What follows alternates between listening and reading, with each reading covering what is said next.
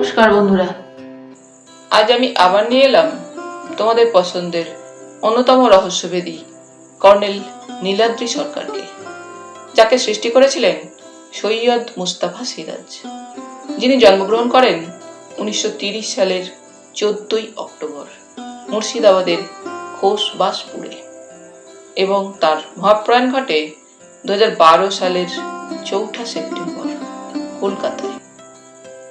আজ আমি গল্পটি সংগ্রহ করেছি কর্নেল সমগ্র ষোড়শ খণ্ড থেকে, যে বইটি প্রকাশনার দায়িত্বে ছিলেন দেশ পাবলিশার্স। এদের সকলের প্রতি আন্তরিকভাবে কৃতজ্ঞতা নিবেদন করে শুরু করছি আজকের গল্প অন্ধকারের নায়ক। আজ হাজির হলাম অন্ধকারের নায়ককে সঙ্গে নিয়ে অন্তিম পর্বে। ফেরার পথে কর্নেল আমাকে কথা বলার কোনো সুযোগ দেননি। অ্যাপার্টমেন্টে পৌঁছে কফি খেতে খেতে বললুম, তাহলে চন্দ্র জুয়েলার্সের মতো বাগবাজারের অরিন্দম বাবুও হারানো জিনিস নির্বিবাদে ফিরে পেলেন। কিন্তু আমি ভাবছি, পারু আর আনু মিলে আজ সকালের দিকে গঙ্গার ঘাটে যে কীর্তি করেছে, তা নিশ্চয়ই ওদের গুরু বাপি সেন জানে না। কর্নেল বললেন, অন্ধকারের নায়ক যে কিনা একজন সুন্দরী মেয়ের টোপ ফেলে সিনেমার নাম করে এত সব গয়না হাতাতে চেয়েছিল, সে বাপি সেনকেও তার মতলবের কথা কখনোই জানাবে না এবং জানায়ও নি। এবার একটু অধৈর্য হয়ে বললাম, আপনার এই অন্ধকারের নায়কটি কে? কর্নেল কফি শেষ করার পর চুরুট ধরিয়ে বললেন, জয়ন্ত, এই লোকটি এখনো আমার থিওরির উপর দাঁড়িয়ে আছে। তার পিছন দিকটা অস্পষ্টভাবে দেখতে পাচ্ছি। বললুম, হোটেল এশিয়ায় ঘনশ্যামের সঙ্গে যে প্রবীণ লোকটি গিয়েছিল, সেই লোকটি নয় তো? কর্নেল একরাশ ধোঁয়ার মধ্যে বললেন,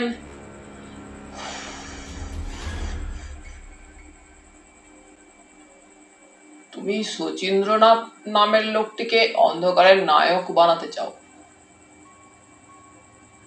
তা হতেও পারে, আবার নাও হতে পারে। এক মিনিট, আমি আর একবার হোটেল এশিয়ার ম্যানেজার মিস্টার রঙ্গনাথনকে ফোন করে দেখি তিনি কি বলেন। বলে তিনি রিসিভার তুলে ডায়াল করলেন। সাড়া পেয়ে নিজের নাম বলার পর হোটেলের ম্যানেজারকে চাইলেন। প্রায় সঙ্গে সঙ্গে তাকে পেয়েও গেলেন। হ্যালো মিস্টার রঙ্গনাথন, আবার একটু বিরক্ত করছি। আপনাদের সুইট নাম্বার 233 হোল্ডার আছেন না চেক আউট করেছেন? আছেন। এবার জানতে চাই, সেই শচীন্দ্রনাথ নামের ভদ্রলোক কি আবার তার কাছে গিয়েছিলেন? দুজন এখন লাউঞ্জে বসে আছেন।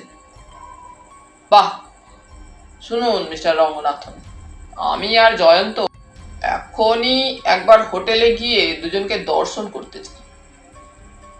না না, ওদের জানতেই দেব না যে আমি ওদের দর্শন করতে যাচ্ছি।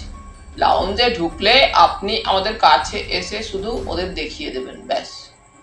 হ্যাঁ, কোনো দুর্ঘটনা ঘটবে না। কর্নেল রিসিভার রেখে দিলেন। তারপর বললেন, ফেরার পথেই ভেবেছিলুম হোটেল এশিয়া হয়ে আসবো, কিন্তু ইতিমধ্যে কেউ আমার জন্য অপেক্ষা করছে কিনা দেখার জন্য বাড়ি ফিরতে হলো। আমরা সবাই উঠে দাঁড়িয়েছি। এমন সময় ষষ্ঠীচরণ একটু কাপ প্লেট নিতে এসে জিপ কেটে দাঁড়িয়ে গেল। হ্যাঁ? কর্নেল বললেন, কি রে, তুই হঠাৎ মা কালী সেজে দাঁড়িয়ে গেলি? ষষ্ঠী কাঁচু মাচু মুখে বলল, বাবা মশাই, বড্ড ভুল হয়ে গেছে। লালবাজারে সেই টিকটিকি বাবু আপনাকে ফোন করেছিলেন। উনি আপনাকে ফিরে আসা মাত্র ফোন করতে বলেছেন। কর্নেল বিরক্ত মুখে টেলিফোন তুলে ডায়াল করলেন। সাড়া পেয়ে বললেন, হ্যালো, কর্নেল নীলাদ্রি সরকার বলছি, নরেশবাবুকে দিন। হ্যালো নরেশবাবু, কিছুক্ষণের জন্য বেরিয়েছিলুম, আবার বেরোতে যাচ্ছি। ষষ্ঠী বলল আপনি আমাকে ফোন করতে বলেছেন। নিশ্চয়ই কোনো অঘটন ঘটেছে? ঘটেছে? বলুন শুনি। আউটরাম ঘাটের কাছে। কখন? কে প্রথম ডেড বডিটা দেখতে পেয়েছিল? ট্রাফিক গার্ডের অফিসের কাছে? বডি শনাক্ত হয়েছে? নিশ্চয়ই বাপি সেনের বডি। তাহলে আনু বা পারুকে দায়ী করা যাচ্ছে না, বিশেষ করে প্রত্যক্ষদর্শী লোকেরা যখন বলেছে। আচ্ছা, আমার তাড়া আছে, বেরোচ্ছি। সাক্ষাৎ পাবেন কাল মর্নিংয়ে।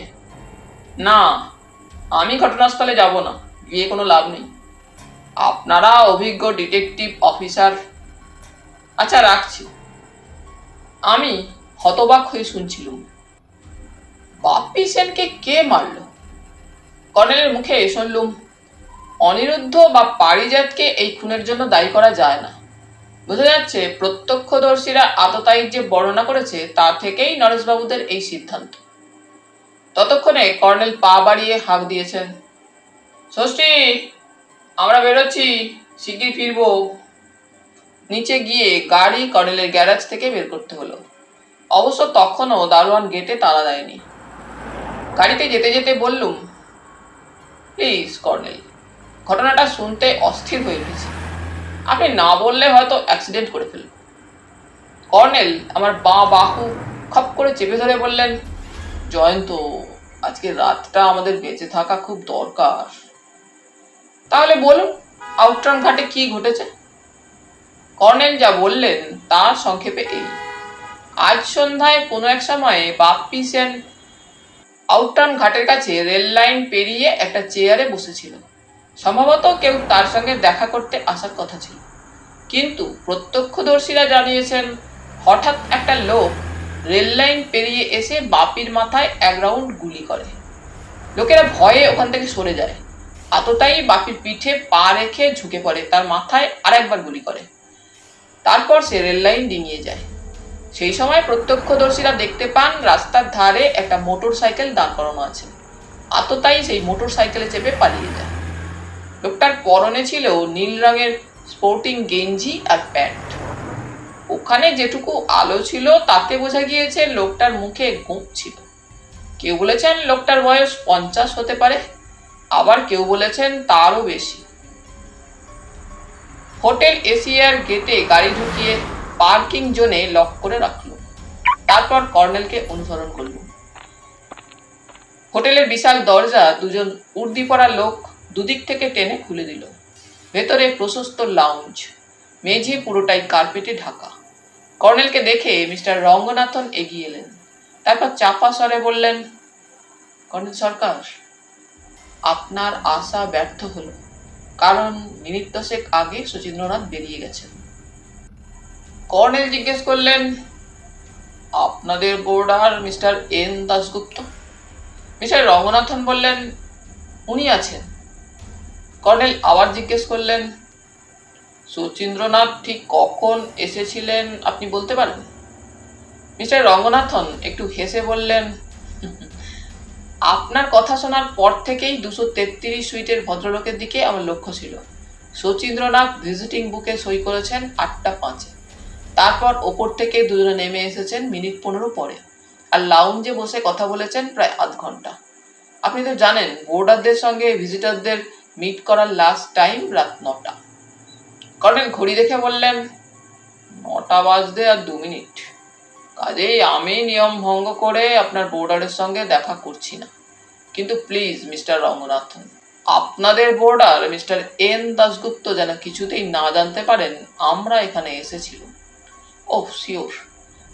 তবে এসেছেন যখন আমার ঘরে বসে অন্তত কফি খেয়ে যান।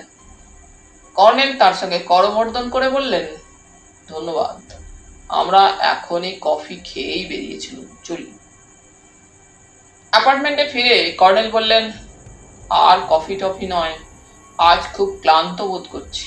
বরং দেখি পারুর ঘরে যে মেয়েটির কাট আউট থেকে একটা ছবি ক্যামেরাবন্দি করেছিল, সেটা প্রায় ঘন্টা 8 ধরে শুকোচ্ছে। ছবিটা ভালোই উঠেছে বলে কর্নেল মিটিমিটি হাসলেন। সত্যিকার ফিল্মটা শেষ না হলেও এই হিরোইনকে কেন্দ্র করে অন্য একরকম ফিল্ম এখনো শেষ হয়নি। আমরা অন্ধকার হল ঘরে বসে আছি। বললুম, প্লিজ কর্নেল, কথা না বাড়িয়ে ছবিটা আনুন। কর্নেল ভেতরের ঘরে ঢুকে গেলেন। তারপর প্রায় মিনিট 10 পরে একটা ছবি হাতে নিয়ে ফিরে এলেন। বললেন, এই রিলটাতে অনেকগুলো প্রজাপতি আর অর্কিডের ছবি ছিল। সেগুলো গত মাসে বিহারের ভীমগড় থেকে তুলে এনেছিল। এই নায়িকার ছবির পর আরো অন্তত 2-3টে ছবি তোলা যেত, কিন্তু উপায় ছিল না। তিনি ছবিটা আমার হাতে দিয়ে ইজি চেয়ারে বসলেন। ছবির দিকে তাকিয়ে আমি চমকে উঠেছিলাম। এই সুন্দরীকে তো আমি চর্মচক্ষে না দেখলেও এই মহানগরীর অনেক পোস্টারে দেখেছি। সুতরাং এই নায়িকার খ্যাতির তো সীমা নেই। সে কেনই বা পারিজাতের মতো ছেলের সঙ্গ ধরেছিল? কর্নেল দাড়িতে হাত বুলিয়ে বললেন, ছবিটা নিশ্চয়ই তোমার চেনা মনে হচ্ছে। বললুম, হ্যাঁ, খুবই চেনা। এর নামটাও আমার জানা মনে হচ্ছে। 1 মিনিট, মনে পড়ে গেছে। এই নায়িকার নাম চান্দ্রেয়ী। কিন্তু চান্দ্রেয়ী নিজেকে অনিন্দিতা বলে পরিচয় দিয়েছিল পারুর কাছে। তো এই চান্দ্রেয়ীর পিছনের লোকটি হলো অন্ধকারের নায়ক। তুমি চিন্তা করলেই বুঝতে পারবে এই রকম একজন হিরোইনকে কোটি কোটি টাকা দামের রত্ন আত্মসাতের জন্য সে ব্যবহার করেছিল। কাজেই সে নিতান্ত সাধারণ লোক নয়। সে যেমন ধুরন্ধর তেমনই শক্তিমান। বললুম, টলিউডের উপর ছড়ি ঘোরাতে পারে এমন একজন শক্তিমান লোক তো রাজনীতিওয়ালা কাজল বাবু, বাপি সেনের গার্জেন। কর্নেল ইজি চেয়ারে হেলান দিয়ে চোখ বুজে বললেন, না, কাজল বাবু সম্পর্কে যতটা জানি তিনি ট্রেড ইউনিয়নের নেতা। তার রোজগারের অন্য অনেক সোর্স আছে। আমার থিওরি বলছে এই শক্তিমান লোকটি ফিল্ম লাইনেই ঘোরাফেরা করে। এমনও হতে পারে সে কোনো কারণে চুরি ডাকাতি করা অর্থ আত্মসাৎ করে ছেলেগুলোকে বোকা বানিয়ে কেটে পড়ত। যাকগে, যত ভাববে তত রহস্য জট পাকিয়ে যাবে। আজ রাত্রিটা কেটে গেলে আগামীকাল আশা করছি একটা কিছু করতে পারবো।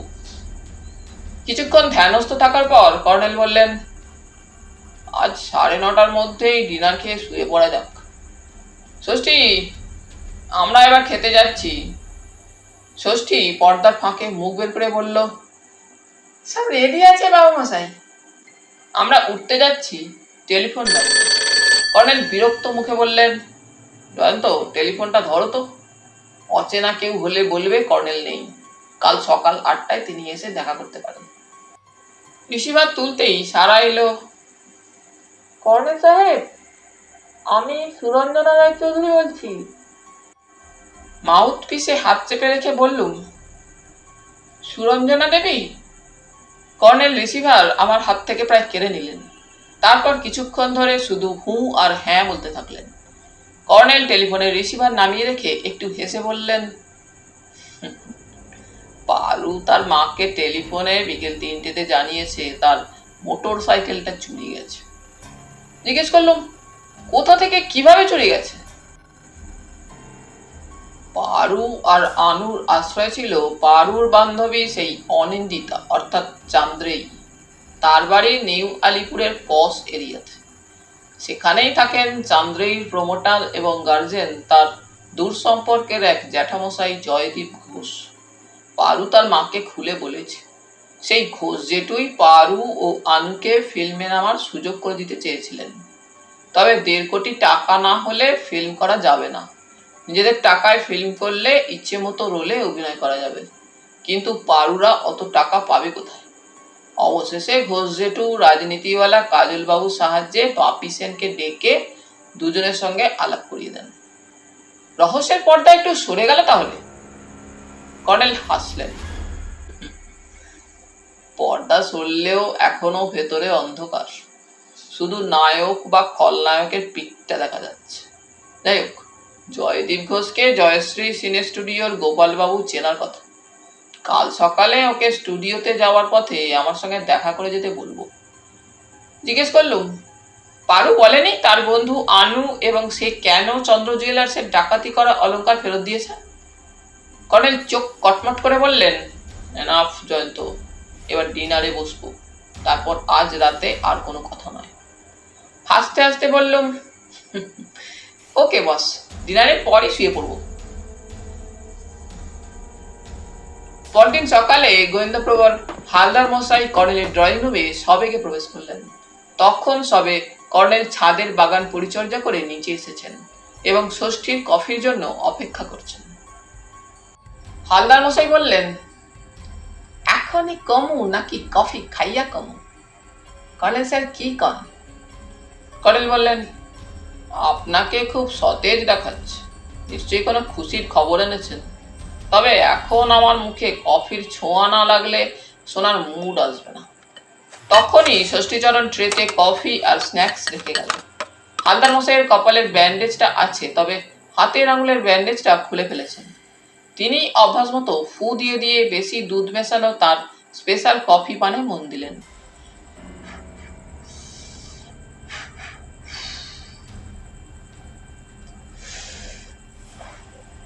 আমি কৌতূহল চাপতে না পেরে বললুম, হালদার মশাই, কফি কর্নেলের মুখ অনেকবার ছুঁয়েছে, কাজেই এবার আপনি শুরু করুন।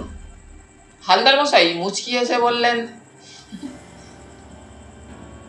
কাল রাত্রে আমার ক্লায়েন্ট মিসেস রায়চৌধুরী ফোন করছিলেন, ওর সঙ্গে যেন সকাল 7টার মধ্যে দেখা করি। কর্নেল বললেন, তাহলে সেখান থেকেই কোনো সুসংবাদ এনেছেন? হ, বলে হালদার মশাই আরো কয়েকবার কফিতে চুমুক দিলেন। তারপর বললেন, কাল রাত্রে ওর পোলা বাড়ি ফিরছে, কাল বিকেলে একবার সে বাড়ি গেছিল।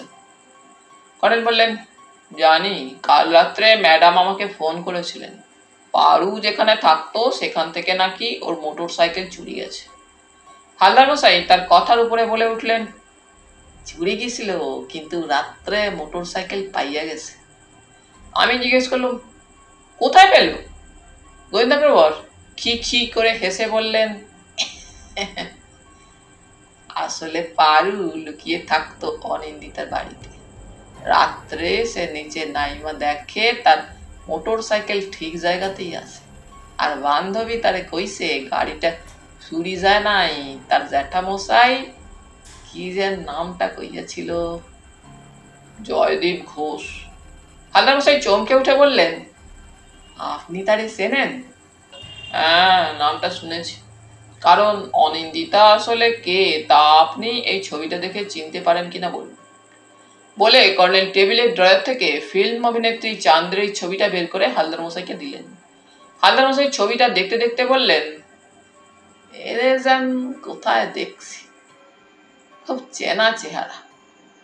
আমি বললুম, সারা কলকাতায় সিনেমার পোস্টারে এই ছবি নিশ্চয়ই আপনার চোখে পড়েছে। এর আসল নাম কিন্তু চান্দ্রেই। গোয়েন্দাপ্রবর কিছুক্ষণ যেন কথা বলতে পারলেন না।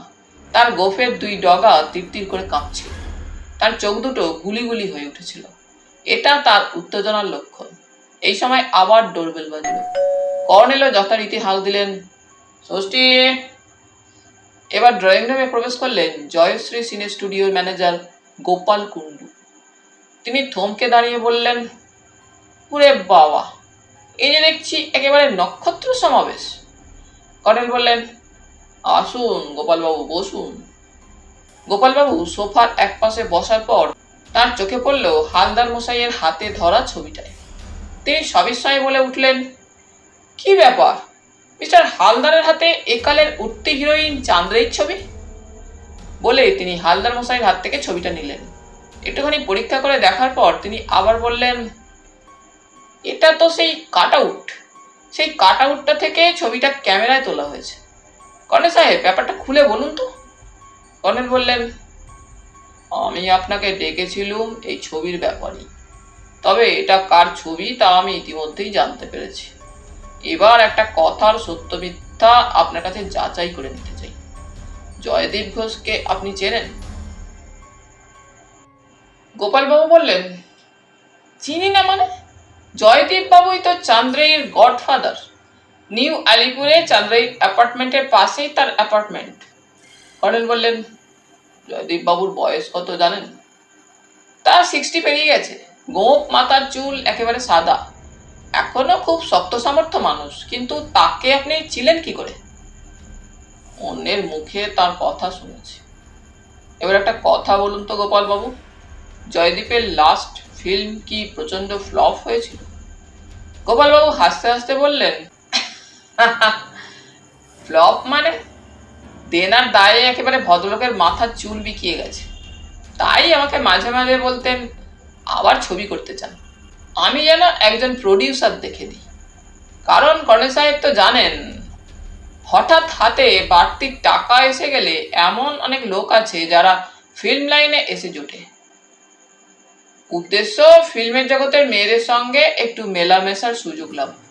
এরকম অনেকে আমার কাছে আসে, এ কথা সত্যি। কিন্তু তাই বলে জেনে শুনে জয়দীপ বাবুর পাল্লায় তাদের কাউকে ছেড়ে দেওয়া অধর্ম জ্ঞান করি। কর্নেল বললেন, এবার বলুন, টলিউড থেকে টাকা মেরে ফেরার হওয়া সেই ঘনশ্যামের সঙ্গে জয়দীপ ঘোষের কেমন সম্পর্ক ছিল? ষষ্ঠীচরণ গোপালবাবুর জন্য কফি দিয়ে গেল। গোপালবাবু কফির কাপ হাতে নিয়ে চাপা স্বরে বললেন, একজন কায়া, অন্যজন তার ছায়া। জয়দীপ ঘোষই ঘনশ্যামকে খারাপ পথে ঠেলে দিয়েছিলেন। তিনি গুরু আর ঘনশ্যাম তার চেলা। কি বললুম তা নিশ্চয়ই বুঝতে পেরেছেন কর্নেল সাহেব? কর্নেল একটু হেসে বললেন, হ্যাঁ, ব্যাপারটা এবার স্পষ্ট হয়ে গেল। গোপালবাবু কফি খেতে খেতে আবার চাপা স্বরে বললেন,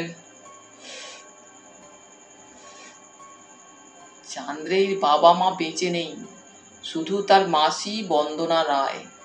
এই ভদ্রমহিলা কলেজের অধ্যাপিকা ছিলেন, খুব দজ্জাল প্রকৃতির মেয়ে। এখন মজার ব্যাপার হলো, জয়দীপ বাবুর উৎসাহে বঞ্জিকে তিনি ফিল্মে অভিনয় করতে দিয়েছিলেন বটে, কিন্তু এখনো জয়দীপ বাবু ওকে সমঝে চলেন। নিজের দাপট তো আছেই, তার উপর তার প্রয়াত স্বামীর ছোট ভাই হোমরা চোমরা পুলিশ অফিসার।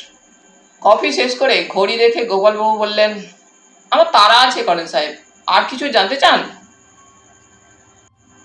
কর্নেল বললেন, গোপালবাবু, আমাকে আপনি চান্দ্রেয়ী আর জয়দীপ বাবুর ঠিকানা লিখে দিন। বলে তিনি টেবিল থেকে সেই ছোট্ট প্যাড আর ডট পেনটা তার হাতে তুলে দিলেন। গোপালবাবু তার ব্রিফকেস খুলে একটা মোটা নোটবই বের করলেন। তারপর সেটার পাতা উল্টে দেখে নিয়ে ঠিকানা দুটো লিখে দিলেন। উঠে দাঁড়িয়ে তিনি বললেন, একটা অনুরোধ কর্নেল সাহেব, দেখবেন যেন যা সব বললুম যেন আপনাদের তিনজন ছাড়া আর কেউ না জানতে পারে। কর্নেল বললেন, আপনার কোনো চিন্তা নেই। কেন আমি আপনার সাহায্য নিলুম তা যথাসময়ে একমাত্র আপনিই জানতে পারবেন। গোপালবাবু ব্যস্তভাবে বেরিয়ে গেলেন। এবার কর্নেল টেলিফোনের রিসিভার তুলে একটা নাম্বার ডায়াল করলেন। তারপর সারা এলে বললেন, হ্যালো, কর্নেল নীলাদ্রি সরকার বলছি। ম্যানেজার মিস্টার রঙ্গনাথনের সঙ্গে একটু কথা বলতে চাই। কর্নেল রিসিভার ধরে রাখলেন। হালদার মশাই জিজ্ঞেস করলেন, উনি কি দিন রাত্রি 24 ঘন্টায় হোটেলে থাকেন? আমি বললাম, আপনিও তোকে ভালো চেনেন, কত কেসে উনি আমাদের সাহায্য করেছেন।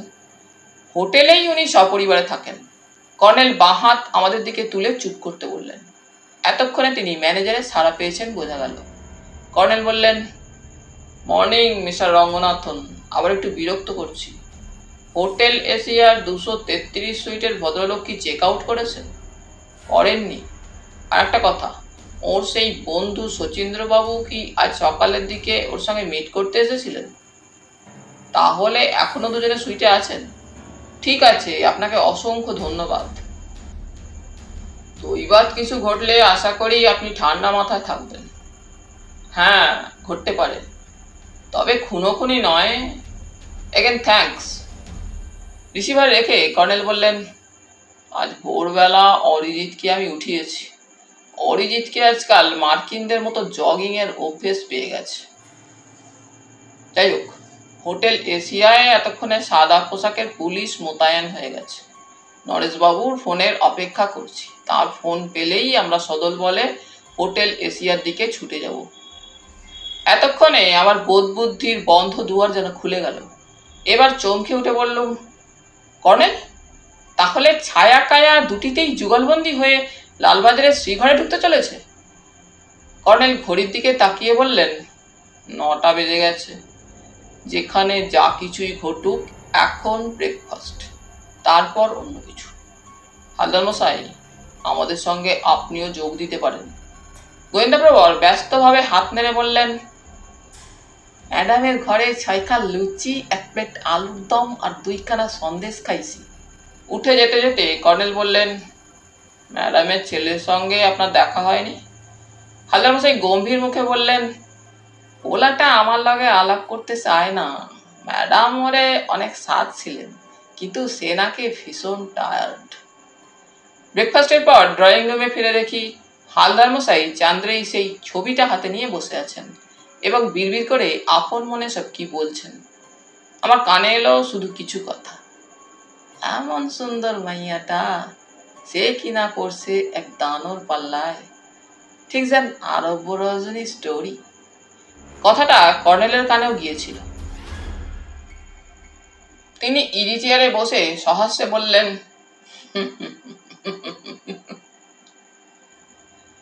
ঠিক বলেছেন হালদার মশাই, আরব রজনীর অন্ধকারে এবার আলো পড়তে চলেছে। কর্নেল সাহেব চুরুট ধরিয়েছেন। টেলিফোন বেজে উঠল। কর্নেল দ্রুত রিসিভার তুলে সাড়া দিয়ে বললেন, হ্যালো নরেশ বাবু, খবর বলুন। এরই সুযোগ পেলুম না, এত তাড়া কিসের ছিল? তাই বলুন। ঠিক আছে, ঘনশ্যাম আর তার গুরু জয়দীপ ঘোষকে সচক্ষে দর্শনের ইচ্ছে আর করছে না। শুধু বলুন তাদের দুজনের কাছে কোনো ফায়ার আর্মস পেয়েছেন কিনা। এবার শুনুন নরেশবাবু, জয়দীপ ঘোষের পকেটে যে আগ্নেয়াস্ত্রটা পেয়েছেন, ওটা দিয়েই সে কাল সন্ধ্যায় বাপি সেনকে খুন করেছে। আমার ধারণা বাপি জয়দীপকে উল্টে ব্ল্যাকমেল করতে গিয়েছিল। বাপি সম্ভবত জানতো না কাজল বাবুর সঙ্গে জয়দীপের সম্পর্ক কি ধরনের। আচ্ছা, হিস্ট্রি নিয়ে যাবেন। কর্নেল রিসিভার রেখে চুরুটের একরাশ ধোঁয়া ছেড়ে বললেন,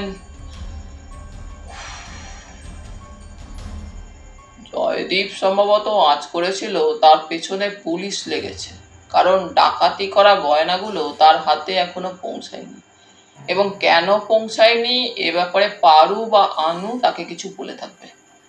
আমি বললুম, সরাসরি জয়দীপকে না বলে ওরা চান্দ্রীকে হয়তো এমন কিছু বলে থাকবে যাতে চান্দ্রী তার জেঠুকে সতর্ক করে দিয়েছিল। কর্নেল সায় দিয়ে বললেন, তাও হতে পারে, তবে বাপির ওপর জয়দীপের রাগের আরো একটা কারণ অনুমান করা যায়। জয়দীপ নিশ্চয়ই খদ্দের ঠিক ধরে রেখেছিল, অথচ মাল তার হাতে বাপি এখনো পৌঁছে দিচ্ছে না। হালদার মশাই বলে উঠলেন, তার উপর আবার জয়দীপের এসে ব্ল্যাকমেল করতেছে। আজই বাপিকে সে আউটরাম ঘাটের কাছে কোনো আচিলায় অপেক্ষা করতে কইছিল। কর্নেল মুচকি এসে বললেন, আপনি তো অভিজ্ঞ পুলিশ অফিসার এবং একজন প্রাইভেট ডিটেকটিভ, আপনি বলুন তো অছিলাটা কি হতে পারে। গোয়েন্দা প্রবর বলে উঠলেন, ব্ল্যাকমেল বুঝলেন না কর্নেল স্যার? জয়দীপ বাপিরে কইছিল, তোমারে টাকা দিমু, তবে এখানে নয়, আউটরাম ঘাটের কাছে বইয়া ওয়েট করো, আমি সেখানে তোমার টাকা দিমু। আমি হাততালি দিয়ে বললুম, চমৎকার হালদার মশাই, আপনার থিওরিতে যুক্তি আছে। এই সময় ডোরবেল বাজল। তারপর ষষ্ঠী দেখে এসে বলল, একটা মোটকা মোটা সন্ডা মার্কার লোক বাবা মশাইয়ের সঙ্গে দেখা করতে এসেছে। মুখে গোঁপ দেখলে চমকে উঠতে হয়, তারপর গায়ে লাল কলারওয়ালা গেঞ্জি। আবার দুবার বেল বাজল। কর্নেল চোখ কটমটিয়ে বললেন, অতভাগা, কিছুদিন তোকে হালদার মশাই চেলা করে দেব, তুই গোয়েন্দাগিরিটা আরো ভালো শিখতে পারবি। এখন যা, গিয়ে সন্ডা মার্কা লোকটাকে নিয়ে আয়। আমি হাসতে হাসতে বললুম,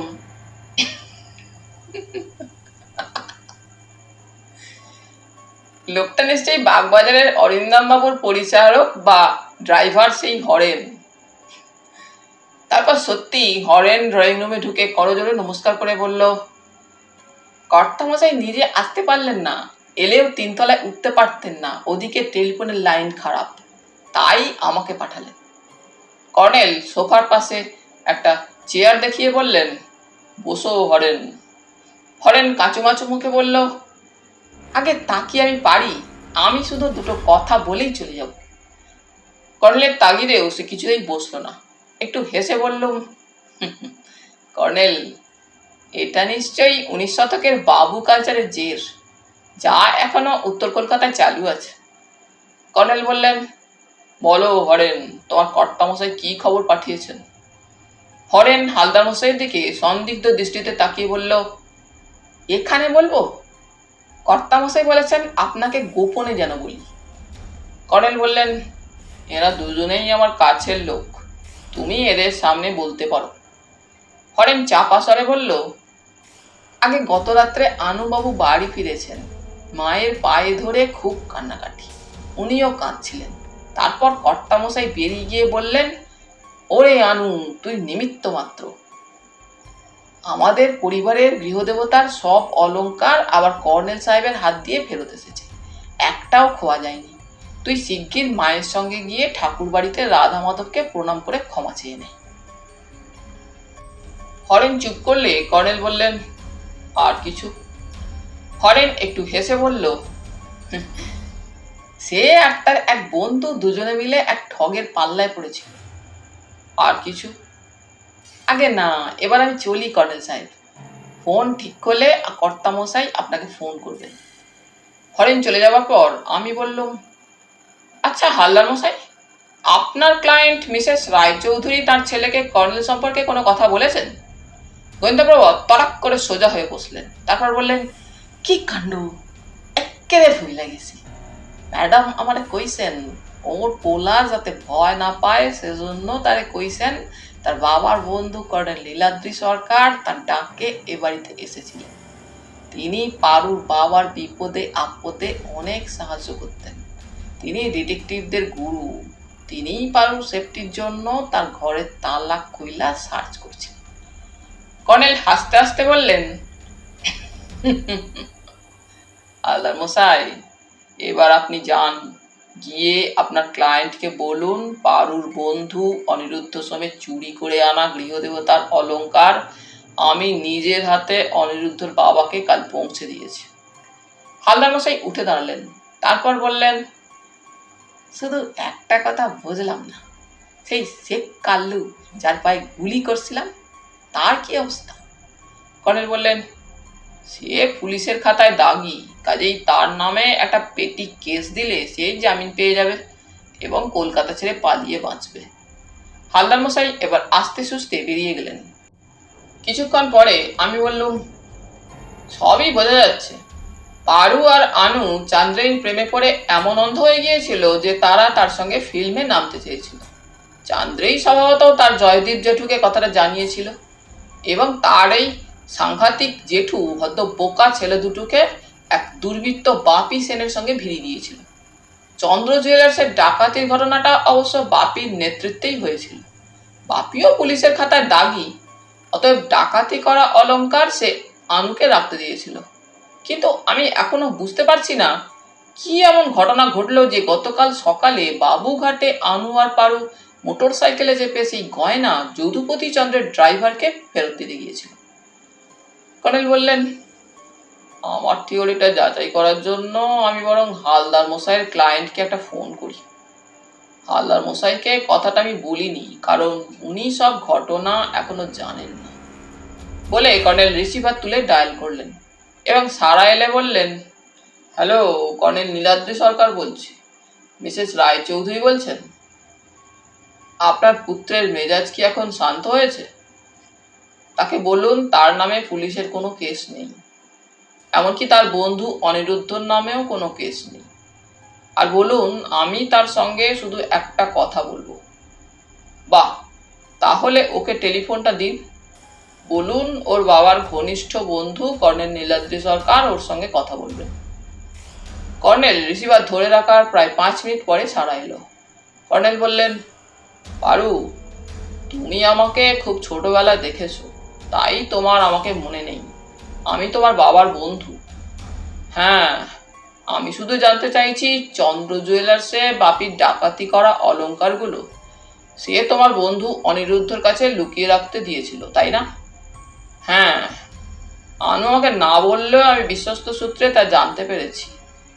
তো আমি জানতে চাই কাল তোমরা ওই অলংকারগুলো কেন বাবুঘাটে চন্দ্রমশাইয়ের ড্রাইভারের কাছে ফেরত দিতে গিয়েছিলে? এই প্রশ্নটার উত্তরের ওপর তোমাদেরও নিরাপত্তা নির্ভর করছে।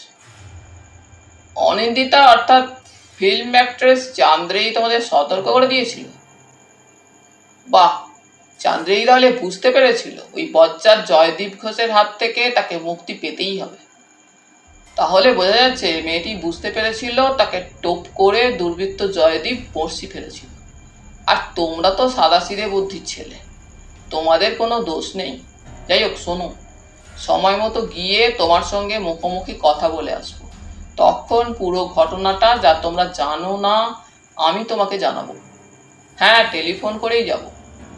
এবার তোমার মাকে দাও। মিসেস রায়চৌধুরী, মিস্টার হালদার আপনার কাছে যাচ্ছেন। না, তেমন কিছু না, তার সঙ্গে পারুর আলাপ করিয়ে দেবেন। হালদার মশাই তাকে নেপথ্যের ঘটনার অন্তত খানিকটা জানাতে পারবেন। রাখছি। রিসিভার রেখে কর্নেল বললেন, জয়ন্ত, অন্ধকারের নায়ক এবং তার ছায়া এখন পুলিশের হাতে নাকানি চোবানি খাচ্ছে। মনটা হালকা হয়ে গেল। চলো, সোনারপুরে মা লক্ষ্মী নার্সারিতে একবার ঘুরে আসি। নার্সারির মালিক মোহনবাবু বলেছিলেন কয়েকটা বিদেশি ক্যাকটাস এনেছেন, সেগুলো দেখে আসি। বলে কর্নেল উঠে দাঁড়ালেন। তারপর হঠাৎ একটু হেসে বললেন, একটা মারুতি গাড়ি আমাদের ফলো করত। গাড়িটা কার তা বোঝাই যাচ্ছে। গাড়ির নাম্বার আমার মুখস্থ হয়ে গেছে। ওটা যে জয়দীপের গাড়ি সে বিষয়ে আমি শিওর। তবে সে হয়তো নিজে নয়, তার কোনো চেলা আমাদের ফলো করত। যাই হোক, আজ কোনো গাড়ি আমাদের আর ফলো করবে না। ওঠো, পোশাক বদলে নাও। আজ আমরা সোনারপুরে মোহনবাবুর বাংলোয় লাঞ্চ খাবো। তাহলে বন্ধুরা, আজ এই পর্যন্তই। গল্প পাঠ তোমাদের ভালো লেগে থাকলে তোমাদের কাছে আবারও অনুরোধ থাকলো, লাইক, শেয়ার এবং সাবস্ক্রাইব করে তোমাদের মূল্যবান মতামত পাঠানোর জন্য। ধন্যবাদ।